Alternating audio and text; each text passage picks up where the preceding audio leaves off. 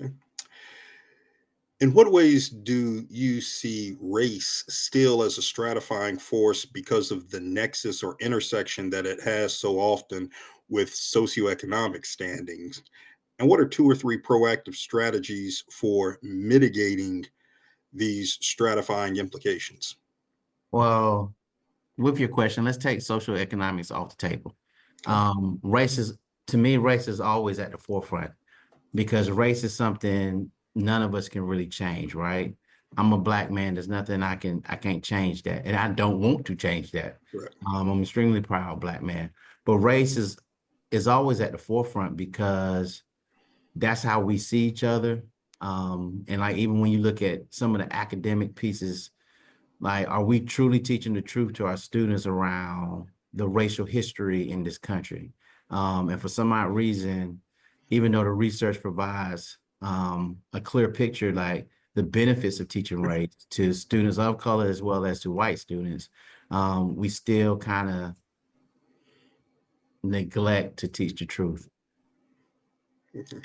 Now, in terms of strategies in my school, one a few years ago when, especially in Florida and I think as well as Texas, when they were sitting there banning AP African American Studies in their state, we still move forward with AP African American Studies here. Um, when people are talking about not offering certain particular classes here at Orange High School, we're offering Latin American history here. So we're still moving forward, and we're also giving safe spaces for our students to talk about race within their groups.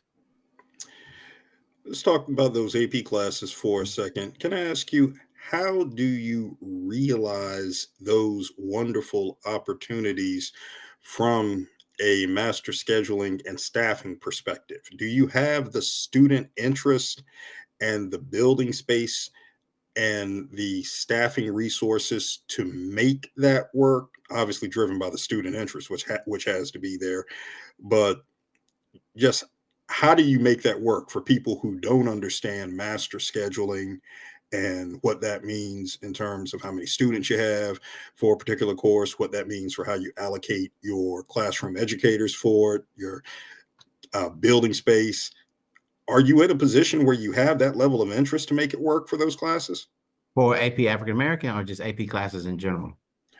Well, definitely, like some of the classes you mentioned, your AP African American Studies and Latin American Studies. Do you have that interest? Oh, absolutely. Okay. Oh, absolutely. And like an AP African American Studies class, even the racial breakdown in that class, and I'm just using that as an example, it's pretty well diverse, right? Like we got probably about 30% white, 30% American, 30% somewhere in there mixed. Like it's a great mixture of students. And in terms of AP classes just in general in our building, if we don't get the numbers for a particular AP class and it doesn't make, what we do is we don't offer that year, then we try to offer the next year, and hopefully we'll double the amount of students that want to be in that second year.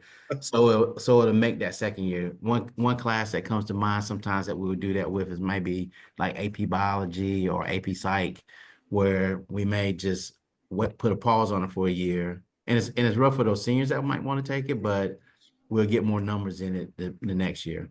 But my Latin American studies and AP, the numbers are there. And Okay. and at the end of the day, I mean, we have a fabulous teacher that teaches that class. And I'll almost say in high school, most courses are driven by, the content, but it's also driven by the teacher ability to build relationships with students.